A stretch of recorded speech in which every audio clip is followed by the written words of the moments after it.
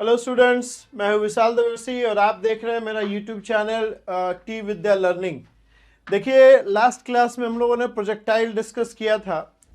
अब एक और इम्पॉर्टेंट टॉपिक है काइनेमेटिक्स में, दैट इज रिलेटिव वेलोसिटी। दो टॉपिक काफ़ी इंपॉर्टेंट है देखो काइनेमेटिक्स में, वन इज प्रोजेक्टाइल और दूसरा जो है रिलेटिव वेलोसिटी है।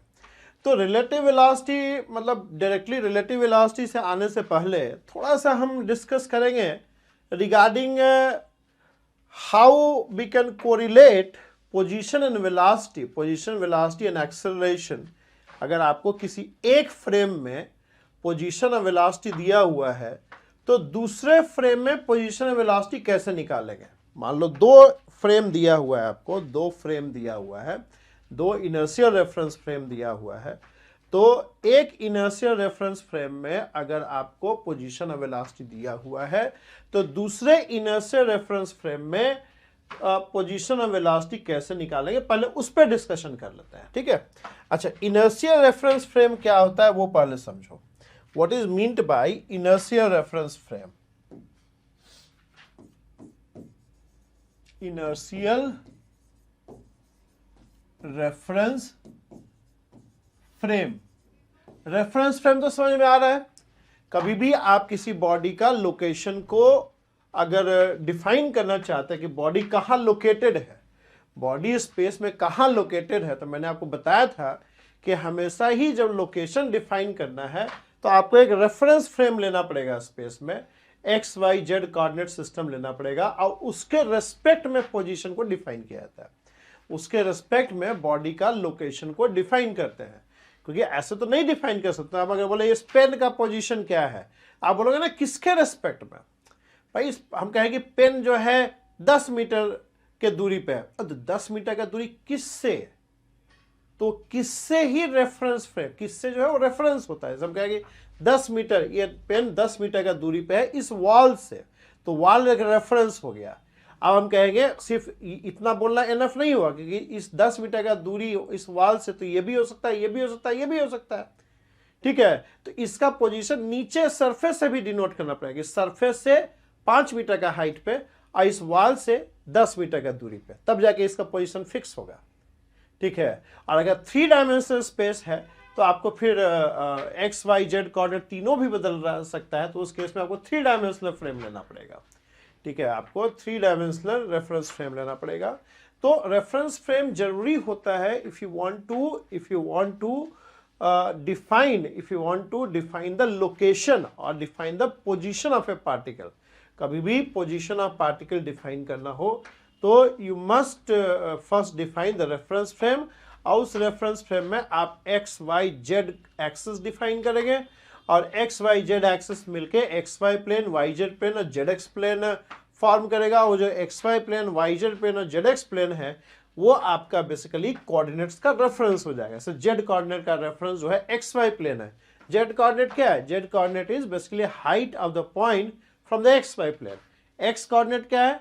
It is distance of the point from y Z plane. और वाई कोऑर्डिनेट क्या है? It's distance of the point from the x Z plane. ये सब चीज पहले हम डिस्कस किए हैं, तो पीछे के वीडियो जरूर देखिए आप लोग। ठीक है, पीछे के वीडियोस देखिए, तो कई सारी चीज पहले पढ़े हैं, वही सब चीज का यूज कर रहे हैं हम लोग। अगर 2 डायमेंशनल स्पेस में बॉडी मूव कर रहा है तो आपको एक्स वाई कोऑर्डिनेट सिस्टम लेना पड़ेगा, जहां पे एक्स एक्सिस जो है वो वाई कोऑर्डिनेट का रेफरेंस है। वाई क्या, जैसे आप देखो 2 डायमेंशनल स्पेस का हम बताते हैं आपको। 2 डायमेंशनल स्पेस है एक्स और वाई, तो आप जब किसी पॉइंट का पोजीशन डिफाइन करते हो बाय द कोऑर्डिनेट, तो एक्स क्या होता है? X is basically the distance from y axis and y is distance from the x axis. तो ये क्या है? It is reference for y coordinate and this is reference for x coordinate। ठीक है, और यही मान लो 3 डायमेंशनल स्पेस का बात करें हम लोग, if I talk about 3 dimensional space, then in that case if you want to define the position x y z, तो z क्या होगा? z is going to be the distance from the y z plane, sorry x y plane। z is z, ये हो गया, ये क्या है? Distance from XY plane. तो XY plane is basically reference for measuring Z coordinate. Similarly, Y is distance from the YZ plane. ये Y हो जाएगा, sorry, XZ plane. Y is distance from the XZ plane, and X is distance from the YZ plane. ठीक है, तो YZ plane जो है X coordinate का reference है, XZ प्लेन जो है Y कोऑर्डिनेट का रेफरेंस है, और XY प्लेन जो है वो Z कोऑर्डिनेट का रेफरेंस है. तो कभी भी किसी पार्टिकल के पोजीशन को डिफाइन करना है तो आपको रेफरेंस फ्रेम लाना पड़ेगा. इसको हम बोलते हैं रेफरेंस फ्रेम. ठीक है. अब क्वेश्चन ये है कि इनर्शिया रेफरेंस फ्रेम किसको बोलोगे? Inertia reference frame किसको बोलोगे? When do you call the reference frame to be inertial? When do you call the reference frame to be inertial? See, a reference frame is inertial. A reference frame is inertial. Reference frame is inertial if it is non-accelerated. It is non-accelerated. Non-accelerated reference frame is called inertial reference frame. Or you can say a reference frame attached to a body which is non-accelerated.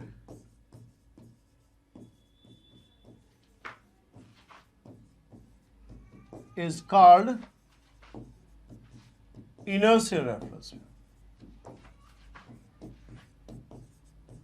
इसको inertial reference frame बोलते हैं. कोई reference frame जो कि किसी body से attached है और वो बॉडी नॉन एक्सीलरेटेड है, उसको हम लोग inertial reference frame बोलते हैं. ठीक है. अगर वो बॉडी एक्सीलरेट कर रहा है उस केस में रेफरेंस फ्रेम को नॉन inertial reference frame बोलेंगे. तो रेफरेंस फ्रेम दो तरीके का हो गया. REFER reference. One is inertial reference frame और दूसरा हो गया नॉन इनर्शियल रेफरेंस फ्रेम. इस पे फर्दर डिस्कशन जो है नेक्स्ट चैप्टर में करेंगे इनर्शियल रेफरेंस फ्रेम के बारे में. ठीक है. तो ये क्या हो गया? Inertial reference frame attached to a body which is non accelerated. Non inertial reference frame is frame attached to a body which is accelerated. Further discussion next chapter. इसके बारे में further discussion inertial non inertial क्या होता है इसका discussion जो है next इसलिए करेंगे कि न्यूटन्स लॉज पढ़ना नेक्स्ट चैप्टर में. न्यूटन्स लॉ जरूरी है इसका कंप्लीट डिस्कशन के लिए. ठीक है. तो अभी जस्ट रेफरेंस फ्रेम का बात कर रहे हैं. Just we are talking about reference frame. ठीक है. तो reference frame can be inertial, it can be non inertial. Further discussion on inertial and non inertial we will do in next chapter. ठीक है. बट रेफरेंस फ्रेम का discussion अभी जारी रहेगा. ठीक है. अब देखो हम लोग को क्या करना है. हम लोग को बेसिकली दो रेफरेंस फ्रेम लेना है. We have to take two reference frame, right, and we'll correlate the position velocity of one reference frame to the other reference frame. देखो समझो क्या बोल रहे हैं आप लोगों को.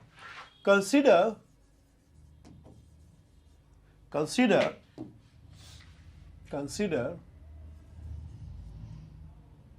a particle, or suppose consider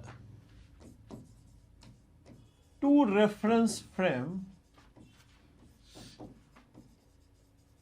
S and S dash, where S dash moves with respect to S with velocity vi cap with respect to S. उधर लिख दिया already. Moves with respect to S with velocity vi cap where v is taken positive,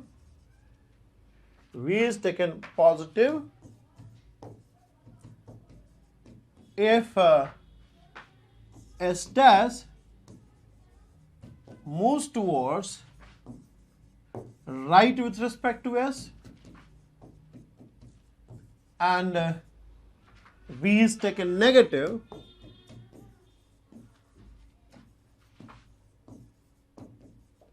if s dash moves towards left with respect to S. ठीक है, दो क्या मैं बोल रहा हूं, हमने दो रेफरेंस फ्रेम लिया है, एक लिया है एस फ्रेम और दूसरा लिया है एस डैश फ्रेम। ये हमने एस फ्रेम लिया है, ये हमने एस फ्रेम लिया, ये एक्स वाई जेड, ये हमारा क्या हो गया, ये हमारा एस फ्रेम हो गया। एक दूसरा फ्रेम लिया है S dash frame, S dash frame, ये जो पिंक कलर से ड्रा कर रहे हैं वो एस डैश फ्रेम लिया है हमने, जैसे X dash Y dash Z dash. और एस डैश फ्रेम जो है वो v वेलोसिटी से मूव कर रहा है with respect to S frame. S dash जो है v वेलोसिटी से मूव कर रहा है with respect to S frame. जैसे मान लो कोई आदमी है रोड पे खड़ा है और एक व्हीकल है जो v वेलोसिटी से रोड पे ट्रेवल कर रहा है, तो उस आदमी से जो फ्रेम अटैच किया उसको s ले लिया और उस व्हीकल से जो फ्रेम अटैच किया उसको s डैश ले लिया। सपोज करो एक रोड है, ठीक है, एक रोड पे मान लो एक ब्रिज है, ये एक ब्रिज में आऊं, ब्रिज मतलब ऐसा हो गया ना, ये रोड पे एक ब्रिज है, ठीक, और रोड पे एक कार भी चल रहा है v वेलोसिटी से। तो जो हम लोग ये पेड़ से जो फ्रेम अटैच करेंगे वो हो जाएगा हमारा एस फ्रेम, और ये जो कार से जो फ्रेम अटैच करेंगे वो हमारा हो जाएगा एस डैश फ्रेम। कि कार जो है पेड़ के रेस्पेक्ट में v वेलोसिटी से मूव कर रहा है, तो हम कह सकते हैं एस डैश जो है वो एस के रेस्पेक्ट में v वेलोसिटी से टुवर्ड्स राइट मूव कर रहा है। बात समझ में आ रहा है आपको? फ्रेम किसी पार्टिकल से भी अटैच कर सकते हैं हम लोग। इसे पेड़ के साथ ही फ्रेम अटैच कर दिया, पेड़ के साथ फ्रेम अटैच करने का मतलब है this tree is at rest in S frame, ठीक है। एस डैश फ्रेम ने व्हीकल के साथ अटैच कर दिया, अब व्हीकल ट्री के रिस्पेक्ट में v वेलोसिटी से मूव कर रहा, तो हम कह सकते हैं कि एस डैश फ्रेम एस के रिस्पेक्ट में v वेलोसिटी से टुवर्ड्स x डायरेक्शन मूव कर रहा है, ठीक। ये बस एग्जांपल के तौर पे है। अब वापस आते हैं, हम लोग दो फ्रेम लिया है, एक एस फ्रेम लिया है, एक एस डैश फ्रेम लिया है, ठीक है, एक एस फ्रेम लिया है, एक एस डैश फ्रेम लिया है। अब एस डैश जो है एस के रिस्पेक्ट में एक्स डायरेक्शन में v वेलोसिटी से मूव कर रहा है, वी आई कैप वेलोसिटी से मूव कर रहा है। ये वी आई कैप जो है इसमें v पॉजिटिव लेंगे if S dash moves with respect to S towards right, and we'll take v as negative if S dash moves with respect to S towards left, ठीक है। अगर कोई observer यहां रख दे, एस फ्रेम में put कर दे, तो अगर ये ऑब्जर्वर एस डैश को राइट के टुवर्ड्स मूव करता हुआ देख रहा है तो उस केस में v को पॉजिटिव लेंगे, और इस ऑब्जर्वर के रेस्पेक्ट में अगर एस डैश लेफ्ट के डायरेक्शन में जा रहा है तो उस केस में v को नेगेटिव लेंगे, ठीक, ओके। अब देखिए, अब सपोज करो कि you have a particle, you have a body, you have a particle lying at position P, particle lying at position P, ठीक है, and the coordinate of that particle in S frame is x y z, और इसी particle का जो coordinate x dash frame में हो जाएगा वो मान लो ये है, ठीक है। तो x y मतलब एक ही पार्टिकल है, इस पार्टिकल का पोजीशन एस फ्रेम में जो है वो, इस पार्टिकल का पोजीशन जो कोऑर्डिनेट है एस फ्रेम में वो एक्स वाई जेड है, इसी पार्टिकल सेम पार्टिकल का पोजीशन एस डैश में जो है वो X dash Y dash Z dash है, सपोज करो, ठीक है। तो अगर हम मान लो कि एक वेक्टर ड्रा करते हैं, if I draw a vector, suppose this is the position in S frame, then position in S dash frame is going to be this, right? And if I draw a vector from the center of S frame to center of S dash frame, say this is R, say R naught, right? Then from triangle of addition, I can say that R is equal to R dash plus R naught. अच्छा, ये R naught होगा क्या? देखो S dash frame S frame के respect में V velocity से move कर रहा है. So this R naught will be what? R naught will be basically velocity into time. ये velocity किसका है? Velocity of S dash frame with respect to S frame. So this will be V naught T I cap. ठीक है, यानी R dash जो हो जाएगा that will be equal to R minus R naught, or you can say this is R minus V naught T I cap. अब R dash vector क्या है? R dash vector is X dash I cap, Y dash J cap and Z dash K cap. R vector क्या है? XI I cap, YJ cap, ZK cap minus V naught T I cap. ठीक है, अब इसमें I, J और K तीनों का coefficient को इक्वेट करेंगे तो हमारा आ जाएगा X dash is X minus V naught T, Y dash is Y minus Y dash is Y and Z dash is Z. ठीक है, ये तो तब हो गया जब S dash जो है S के रिस्पेक्ट में सिर्फ X डायरेक्शन में मूव कर रहा है. S dash X के S के डायरेक्शन S के रिस्पेक्ट में सिर्फ X डायरेक्शन में मूव कर रहा है. ये तो सिनेरियो तब हुआ ना, ये रिलेशन हो गया among the coordinates of the particle in S frame and coordinates of the particle in S dash frame. ये क्या है? This is coordinate of the body in S dash frame and this is coordinate of the body in S frame. So coordinate of the body in S frame and coordinate of the body in S dash frame are related like this. Position का जो relation है, position vector, this is position vector in S dash frame, this is position vector in S frame. So position vector, position of particles, same particle in S and S dash frame are related like this. अब in general ये भी हो सकता है कि ये S dash frame हो, in general ऐसा भी कर सकता है कि ये जो S dash frame है वो S के रिस्पेक्ट में सिर्फ X के along नहीं बल्कि इन जनरल, जैसे ये आपका S फ्रेम हो गया, ठीक है, और S dash फ्रेम कुछ ऐसा है, मान लो इस टाइप से है. दिस इज यार, ठीक है, और हो सकता है in general suppose S dash frame moves with respect to S frame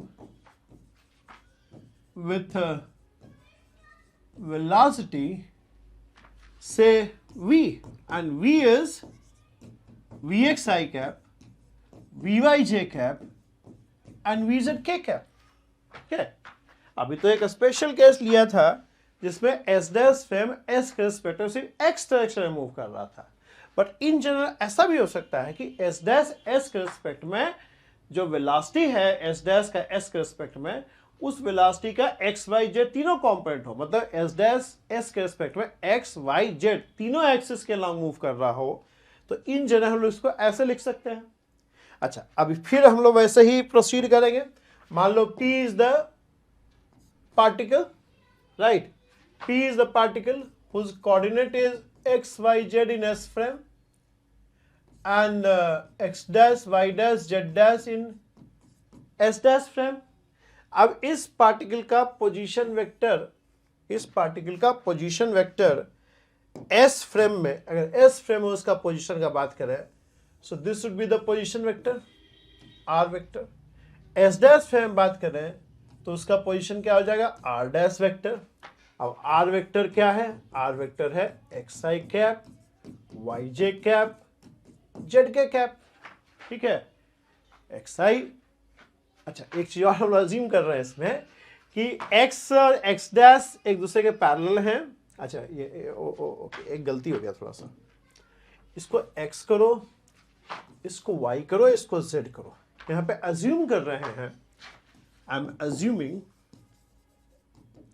assume that x is parallel to x dash, मतलब x and x dash axis are parallel, y and y dash axis are parallel, and z and z dash axis are parallel, ऐसा मान के चल रहा है। उस case में जो यूनिट वेक्टर्स होंगे along x, the unit vectors along x and unit vector along x dash will be same. Unit vector along y and unit vector along y dash would be same, and unit vector along z and unit vector along z dash would be same. ठीक है, alright, ठीक है। So r vector will be this and r dash vector will be, चूंकि x dash parallel है, y dash parallel है, z dash parallel है, ये assume कर रहे हैं हम लोग। सॉरी, क्या लिख रहे हैं, y dash j cap, समझ लो ये क्यों लिखा है। तभी हम कह सकते हैं ना कि x और x dash का जो यूनिट वेक्टर है वो i कैप होगा, y डैश का यूनिट वेक्टर j कैप होगा, z डैश एक्सिस का यूनिट वेक्टर k कैप होगा। दोनों एक्सिस सारे पैरेलल होंगे एक दूसरे के रिस्पेक्ट में। अच्छा ठीक, okay. Now this suppose the vector from origin of the x coordinate, मतलब s frame and origin of the s dash frame is say v, नहीं, not v, it is, ये जो वेक्टर है ये मान लो r0 है, r0 है। Then from triangle of addition r vector would be equal to r0 plus r dash, और r0 क्या है, r0 is basically displacement of s dash with respect to s, displacement of s dash with respect to x। अगर हम assume करें कि at t equal to 0 the origin of s dash and origin of s was coincident, अगर assume करते हैं कि at t equal to 0 जो एक s dash का origin है, s का origin है, वो एक के ऊपर एक है, then I can say that at time t the displacement of s dash with respect to s is going to be vt. So I can write it as r dash can be written as r minus r0, और r0 क्या है, it is equal to vt। ठीक, ऐसे लिख सकते हैं vector form में, we can write this in the vector form. ठीक है, अब इसको जरा हम लोग स्केलर फॉर्म में लिखें। r डैश को क्या लिखोगे, x dash i cap, y dash j cap and z dash k cap equals to r is xi cap, yj cap, zk cap minus vt. V is what? vxi cap, vyj cap, vzk cap t. And now you equate the coefficient of I cap, j cap and k cap. So that will give you x dash equals to x minus vxt, y dash equals to y minus vyt, and z dash equals to z minus vzt. इसको vector form में हम लोग ऐसे लिख सकते हैं, r minus t, right. तो ये रिलेशन हो जाएगा among the position of the body in S frame and position of body in S dash frame. This is the relation between position of a particle or a body in S and S dash frame. v क्या है? v is the velocity of S dash frame with respect to S frame. v is the velocity of S dash frame with respect to S frame. और इसको हम लोग बोलते हैं, ये coordinate form में है, ये वेक्टर फॉर्म में है, इसको हम लोग बोलते हैं Galilean transformation. We call it Galilean transformation. ठीक, we call it Galilean transformation. ठीक है, चलेगा, okay fine. So this was your S frame and this was your S dash frame, and suppose P is the particle and the position vector of the particle was R in S frame and it was R dash in S dash frame, and the velocity of S dash with respect to S frame was v, so it is vt, and we say R dash is R minus vt, right? ये Galilean transformation. अब देखो, if I take derivative on both sides, suppose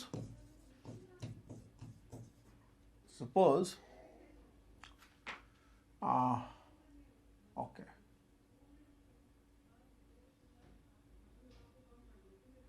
ठीक है, में एक थोड़ा सा mistake है।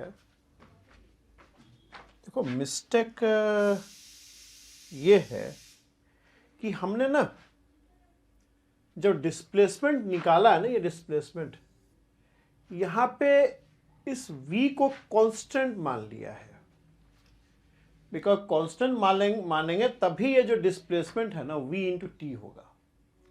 इस v को कांस्टेंट मान लिया है एक्चुअली ना हमने। ये जो लिखा है ना, जैसे डिस्प्लेसमेंट क्या होता है, डिस्प्लेसमेंट इज, ये यूज तभी करोगे ना जब, ये यूज तभी होगा जब वेलोसिटी इज कांस्टेंट। ये एक अजम्पशन ले लिया है, तभी ये डिस्प्लेसमेंट वीटी कहलाएगा। अदरवाइज ये डिस्प्लेसमेंट वीटी ना होके इंटीग्रल वी डी टी होगा। बात समझ में आ रहा है आपको? ये वीटी ना होके इंटीग्रल वी डी टी होगा। अगर मान लो वेलोसिटी टाइम वेरिंग हो जाए तो ये आर नॉट जो डिस्प्लेसमेंट होगा एस डैश का एस के रिस्पेक्ट में, वो v वेक्टर t ना होके integral of v vector t हो जाए। ये कहां से आ रहा, समझ में आ रहा है आपको?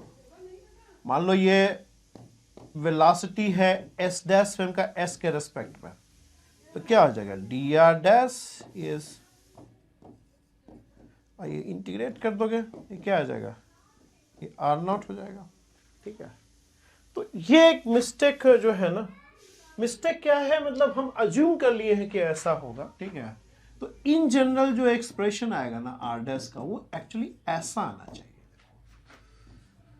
पी डी टी इंटीग्रल ऐसे आना चाहिए। ठीक है, ये आना चाहिए एक्चुअली। ये डिस्प्लेसमेंट हो जाएगा ना, ये वी टी ना होके इन जनरल जो होगा ना वो कुछ ऐसा हो जाएगा। ठीक है, इन जनरल कुछ ऐसा हो जाएगा। अब देखो, अब मजा आएगा। अब इसका मान लो डेरिवेटिव ले लेते हैं, दोनों साइड डेरिवेटिव ले लेते हैं। अब देखो इंटीग्रेशन और डेरिवेटिव जो होता है ना, इंटीग्रेशन ऑपरेशन और डेरिवेटिव ऑपरेशन जो है एक दूसरे का इनवर्स है। मतलब किसी फंक्शन को इंटीग्रेट कर दो फिर डेरिवेटिव ले लोगे तो वो फंक्शन ही आ जाएगा। इसलिए integration and differentiation are inverse of each other, inverse operation। समझ में आ रहा है आपको? जैसे किसी चीज में 2 गुना कर दो और 2 से भागा दे दो तो नंबर वही रह जाएगा। तो गुना करना और भागा देना एक दूसरे का इनवर्स ऑपरेशन है।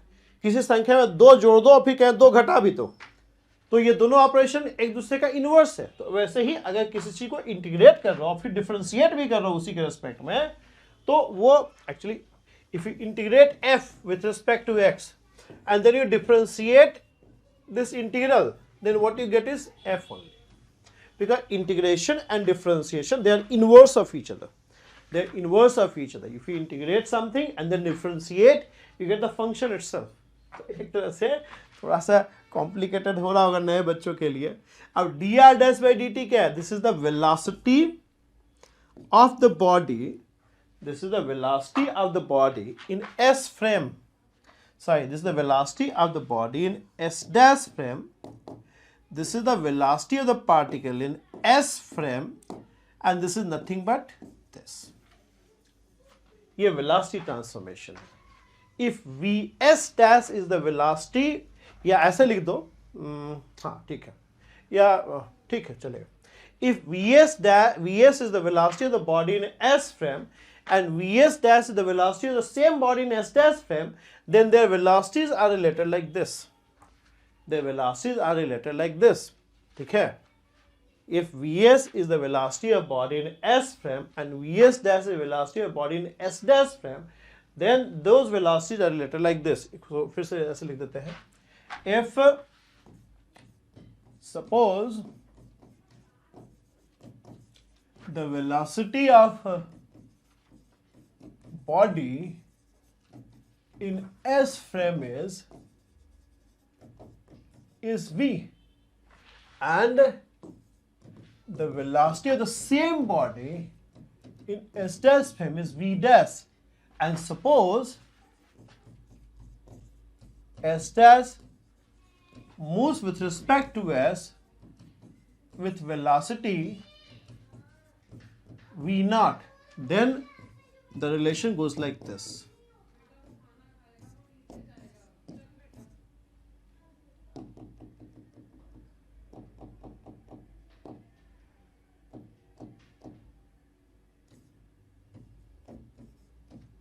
Where v dash is velocity of body in s dash frame, v is velocity of body in s frame, and v naught is velocity of s dash frame with respect to s frame. ठीक है, ये याद रखिए, ये velocity transformation है. This is called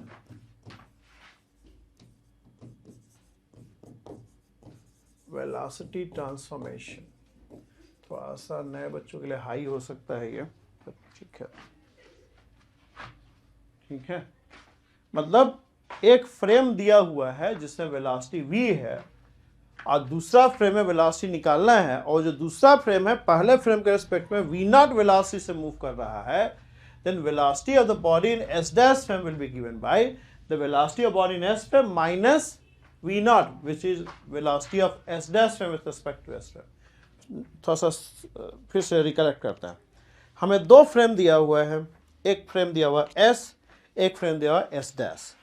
s dash frame जो है s frame के रिस्पेक्ट में v नॉट वेलोसिटी से मूव कर रहा है. तो अगर किसी पार्टिकल का वेलोसिटी v है s फ्रेम में, तो उसी पार्टिकल का वेलोसिटी जो s डैश फ्रेम में होगा, that will be given by this.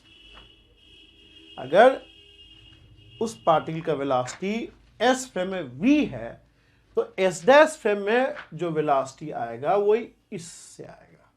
ठीक है, s डैश फ्रेम में वेलोसिटी ये आएगा. ये इंपॉर्टेंट है.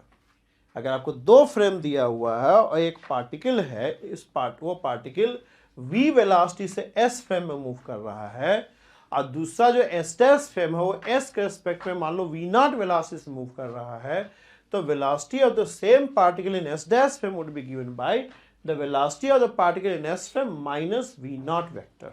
ठीक है, तो ये आपका वेलोसिटी ट्रांसफॉर्मेशन है.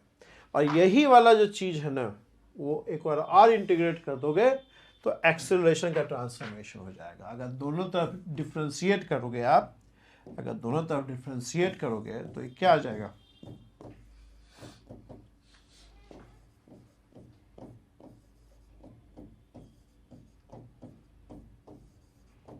ठीक है, ये क्या आ जाएगा, A dash equals to A minus A naught, where A is the acceleration of particle in S frame, ठीक है, A dash is acceleration of particle in S dash frame and A naught is acceleration of S dash frame with respect to S frame, ठीक, ये acceleration का transformation हो जाएगा, ठीक है। If A not is 0, मतलब दोनों पार्टिकल इनर्शियल हो जाए, चलो इनर्शियल बाद में नेक्स्ट क्लास नेक्स्ट चैप्टर में डिस्कस करेंगे, इनर्शियल नॉन। तो इस तरह से मतलब कोऑर्डिनेट ट्रांसफॉर्मेशन, वेलोसिटी ट्रांसफॉर्मेशन और आपका एक्सेलरेशन ट्रांसफॉर्मेशन हो जाएगा। थोड़ा सा ये मिस्टेक किए थे, इधर ध्यान रखना, ये वाला जो है ना इंटीग्रल, ये तो इनफैक्ट यहाँ भी जो है ना कुछ ऐसा हो जाएगा, V X integral D T, ये V Y integral D T, V Z integral D T, ऐसे आ जाएगा, ठीक है, ऐसे आ जाएगा, ठीक। हम नोटिस किए जब डिफ्रेंशिएट करने लगे तो हमको लगा यार ये तो डिफ्रेंशिएट हुआ है, तो फिर आपका v पहले डिफ्रेंशिएट होगा, फिर मतलब t डिफ्रेंशिएट होगा, 2 टर्म आ जाएगा, 2 टर्म तो होगा नहीं, ठीक है। एनीवे ठीक है, अगर ये नहीं समझ में आ रहा इंटीग्रल वाला तब भी चलेगा, न्यूमेरिकल करेंगे आपको क्लियर हो जाएगा, ठीक है, न्यूमेरिकल करेंगे क्लियर हो जाएगा। अब आइए आप रिलेटिव वेलोसिटी पे, अब आ जाइए आप रिलेटिव वेलोसिटी पे, इसको नहीं, रिलेटिव वेलोसिटी। देखो रिलेटिव वेलोसिटी क्या होता है,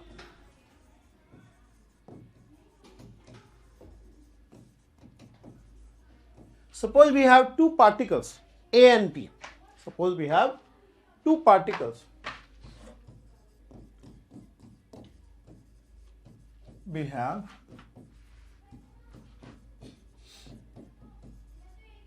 A and B.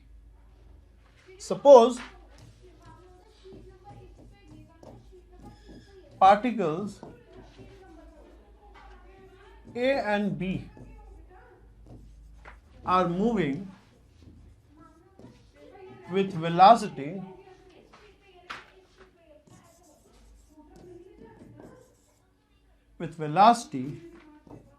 VA and VB in S frame,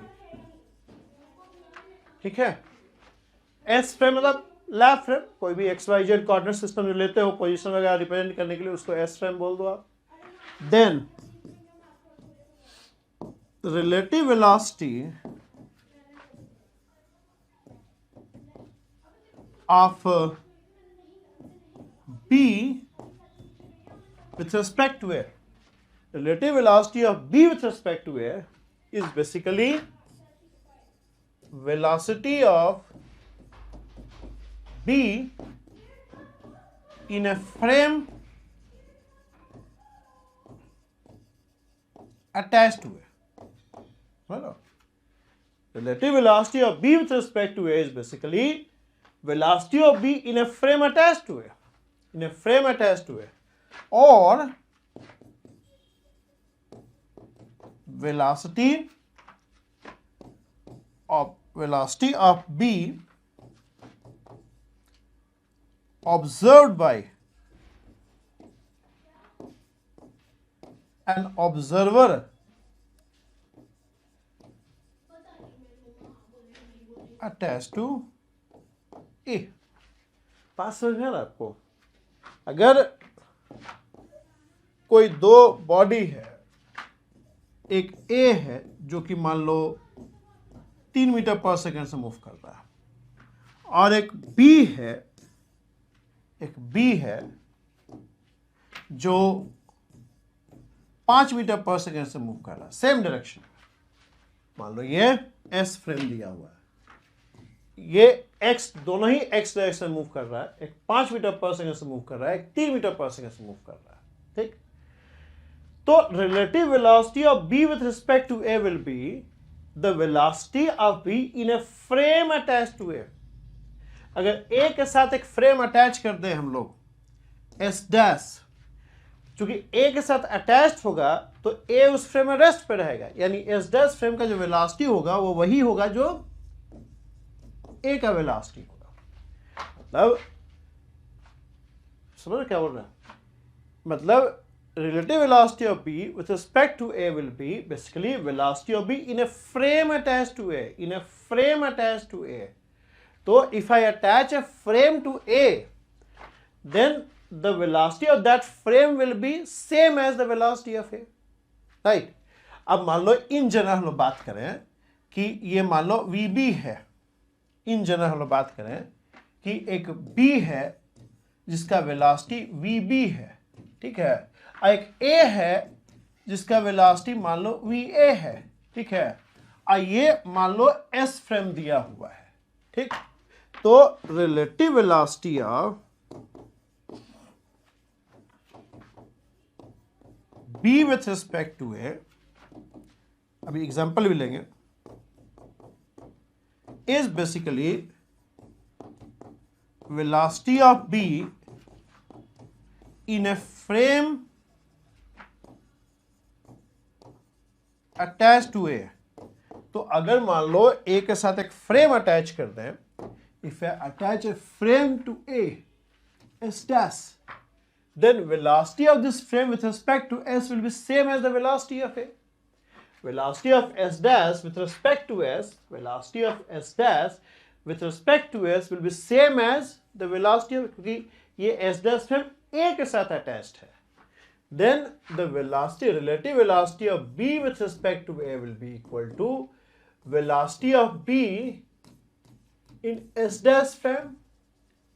और इसका फार्मूला क्या लिखे थे, velocity of any particle in S dash frame that is v dash equal to velocity of that particle in s frame minus velocity of s dash frame with respect to s। यही अभी define किया था ना हमने।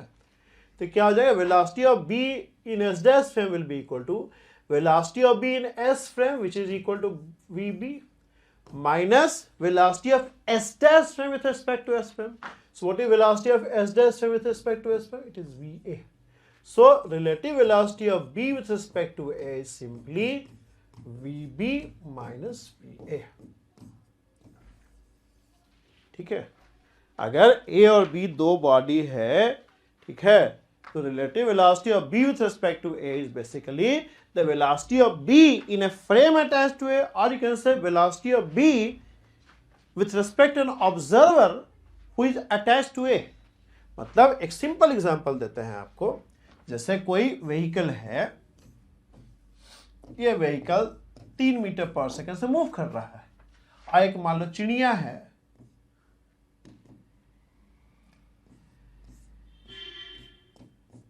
ये मान लो let's say 5 metre पर second से मूव कर रहा है। एस फ्रेम में इस बर्ड का वेलोसिटी 5 मीटर पर सेकंड है, ठीक है, इस व्हीकल का वेलोसिटी 3 मीटर पर सेकंड है, दोनों सपोज को एक्स डायरेक्शन में जा रहा है। ये मान लो ए है हमारा और ये बी है, तो वेलोसिटी ऑफ ए क्या हो जाएगा 3i cap, velocity of B क्या हो जाएगा 5i कैप। तो अगर हम कहें कि इस चिड़िया के वेलोसिटी ए के रिस्पेक्ट में क्या है, इस चिड़िया के वेलोसिटी ए के रिस्पेक्ट में क्या है, तो हम क्या करेंगे, हम यहां एक ऑब्जर्वर रख देंगे। अब ये ऑब्जर्वर जो वेलोसिटी बी का ऑब्जर्व करेगा वही relative velocity of B with respect to A हो जाएगा। अगर एक ऑब्जर्वर हम लोग ए पे बैठा दें तो देखो हर ऑब्जर्वर अपने फ्रेम का वेलोसिटी को इनहेरिट करता है। जैसे हम लोग अर्थ पे हैं तो हम लोग अर्थ का वेलोसिटी को इनहेरिट कर रहे हैं, अर्थ का वेलोसिटी को हम लोग इनहेरिट करते हैं, मतलब अर्थ रोटेट कर रहा है तो रोटेशन में इनहेरिट कर रहे हैं, हम लोग भी रोटेट कर जाते हैं 24 घंटा में एक बार, और हम लोग 365 दिन में सन का एक चक्कर भी लगा लेते हैं। क्योंकि we are observer on the earth, तो हम लोग अर्थ का सारा मोशन इनहेरिट करते हैं, ठीक है। तो अगर हम ऑब्जर्वर ए व्हीकल पर रख देंगे तो ए का जो वेलोसिटी 3 मीटर पर सेकेंड है ना, वो इनहेरिट करेगा। तो एक तरह से वेलोसिटी क्या देखेगा, ये ऑब्जर्वर इस चिड़िया के अंदर वेलोसिटी क्या देखेगा 5 - 3, 2 मीटर पर सेकेंड। इसको ये चिड़िया ना 2 मीटर पर सेकेंड से मूव करता हुआ दिखेगा। इसी को मैथमेटिकली अगर लिखना होगा तो कैसे लिखेगा? Relative velocity of B with respect to A is something like velocity of B minus velocity of A.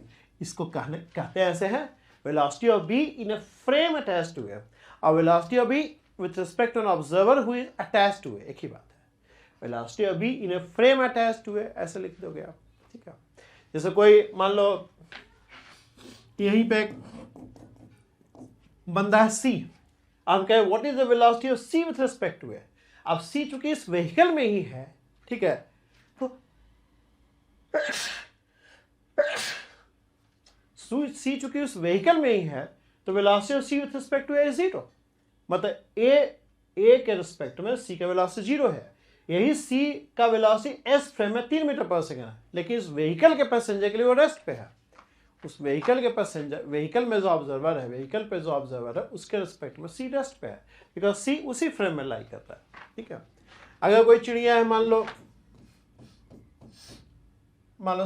D है, ये मान लो 6 मीटर पर सेकेंड से मूव कर रहा है, तो अब इसका velocity, relative velocity of D with respect to A क्या हो जाएगा? Velocity of D minus velocity of A, ठीक है। 6 माइनस 3 मीटर पर second. I hope you are getting this point.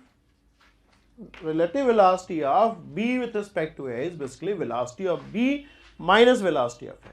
उसका मतलब यही होता है velocity of b in a frame attached to a, in a frame attached to a, velocity of b in a frame attached to a, ठीक है। मतलब a का frame में कोई ऑब्जर्वर है, a से अटैच कोई ऑब्जर्वर है, वो ऑब्जर्वर जो वेलोसिटी देखेगा वही b का रिलेटिव वेलोसिटी हो जाएगा a के रिस्पेक्ट में। जैसे हम कहें कि जैसे सब अर्थ पे ही 2 ऑब्जर्वर हैं, ठीक है, तो हम लोग क्या है, दोनों चूंकि इनहेरिट कर रहे हैं, तो जैसे या व्हीकल में पैसेंजर ही देखो, ट्रेन में हम लोग एक दूसरे को रेस्ट पे पाते हैं, लेकिन वही स्टेशन पे जो ऑब्जर्वर है उसके रेस्पेक्ट में हम लोग मूविंग है। स्टेशन पे ऑब्जर्वर है उसके लिए ट्रेन के सारे पैसेंजर मोशन में है, लेकिन अगर दो पर्सन ट्रेन में ही है, एक ही बॉगी में है, then the relative velocity of one person with respect to other will be 0 because they are traveling with same velocity. So VB is equal to VA. अगर B और A सेम व्हीकल में travel कर रहे हैं तो उस case में दोनों ही चूंकि इस व्हीकल का मोशन को इनहेरिट करेंगे, so the relative velocity of one person with respect to other person and they are both in same train will be 0। मतलब B और A मान लो सेम ट्रेन में है, ठीक है, तो सेम ट्रेन में है तो दोनों ही ट्रेन का वेलोसिटी इनहेरिट कर लेगा, तो एस फ्रेम में जो VA होगा वही VB हो जाएगा। उस केस में the relative velocity of one passenger with respect to other passenger would be 0। और एक्चुअली ऐसा होता भी है, हम लोग 2 पैसेंजर कभी भी एक दूसरे को मोशन में नहीं पाएगा, 2 पैसेंजर कभी भी एक दूसरे को मोशन में नहीं पाएगा, ठीक है, समझ रहे आप? Okay, so you understand this? Okay, let's do question. A swimmer can swim in a still water at a rate of 4 km per hour. If he swims in a river flowing at 3 km per hour and keeps his direction with respect to water perpendicular to current, find his velocity with respect to ground. देखो,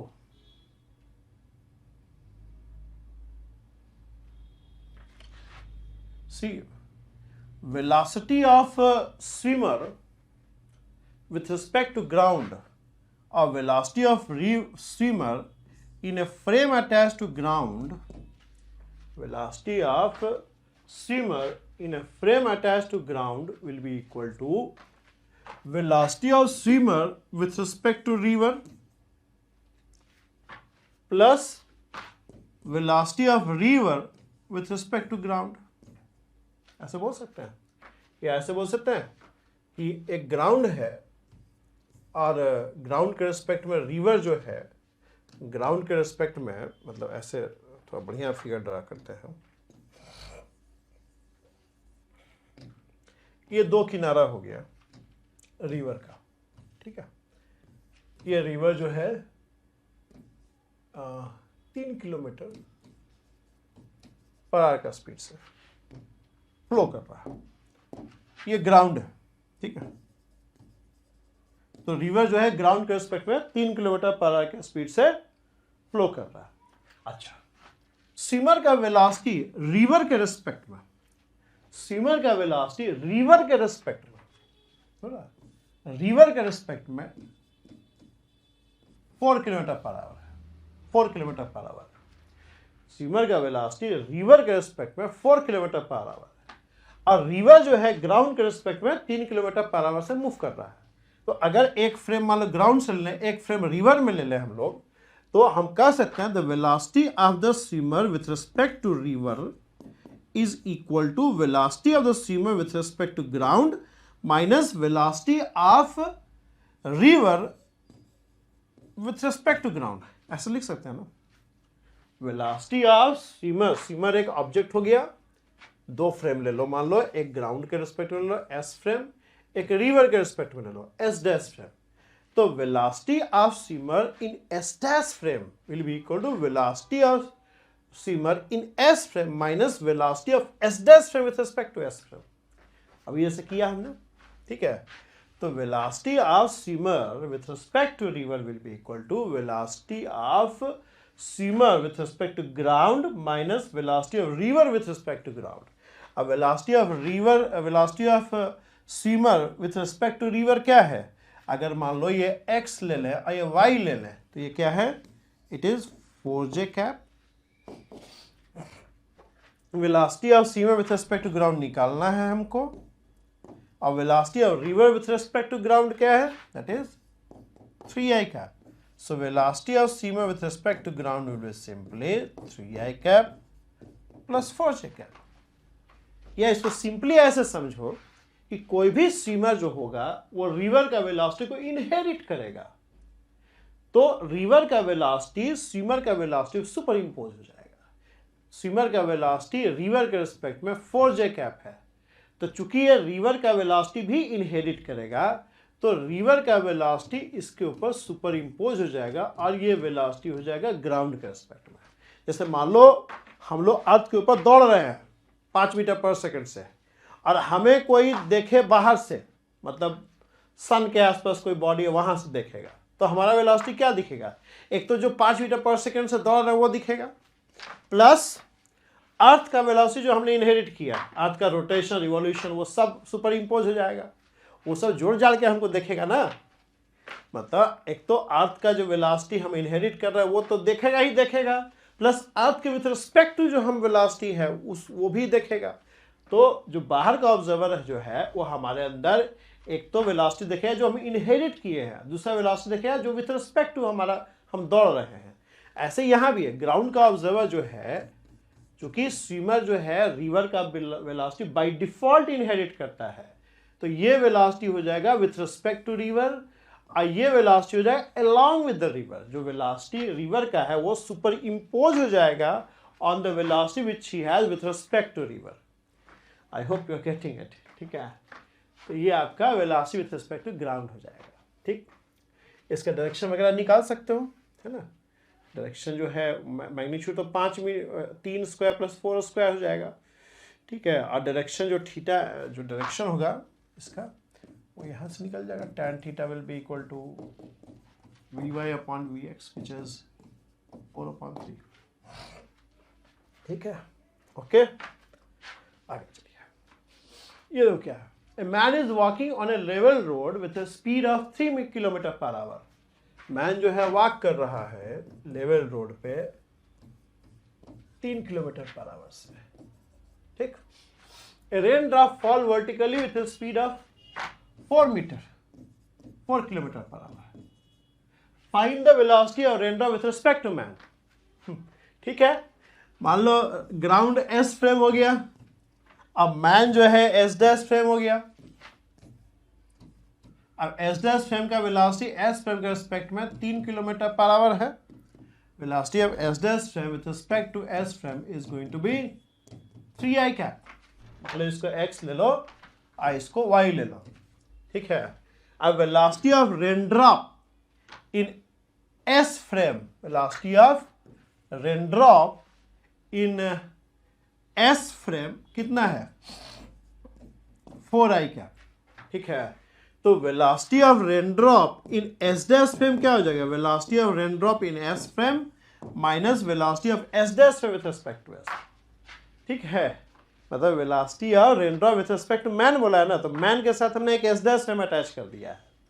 तो velocity of rain drop in S frame is 4i, ये 4j होगा, 4j, sorry 4j भी नहीं, it will be, गलती लिखे भाई को, रेन ड्रॉप का वेलोसिटी हो जाएगा 4 माइनस j, नीचे आ रहा है ना, ठीक है। जैसे velocity of rain drop in S frame, हमें कहाँ निकालना है, velocity of rain drop with respect to man निकालना है, तो मैन को हमने एस डैश फ्रेम मान लिया, ठीक है। तो velocity of rain drop in S dash frame will be equal to velocity of rain drop in S frame minus velocity of S dash with respect to S frame, या आप चाहो इसको ऐसे भी कर लो, रिलेटिव वेलोसिटी से भी आपको हम बताते हैं। 4j कैप हो गया और ये क्या हो गया, 3i कैप हो गया।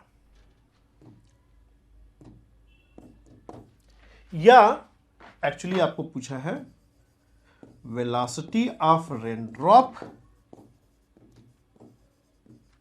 with respect to man, which is nothing but relative velocity of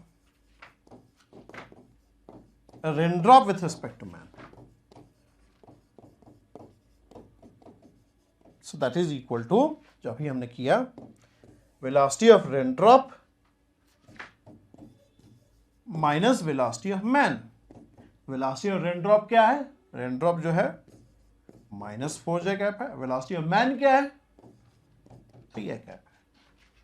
तो अगर वेलोसिटी देखें आप, तो ये वेलोसिटी जो है ना इस डायरेक्शन में है, मतलब vx और vy दोनों ही नेगेटिव है, vx और vy दोनों ही नेगेटिव है, ये आपका ये वेलोसिटी हो जाएगा, vx और vy दोनों ही नेगेटिव है, मतलब ऐसे तिरछा, ठीक है।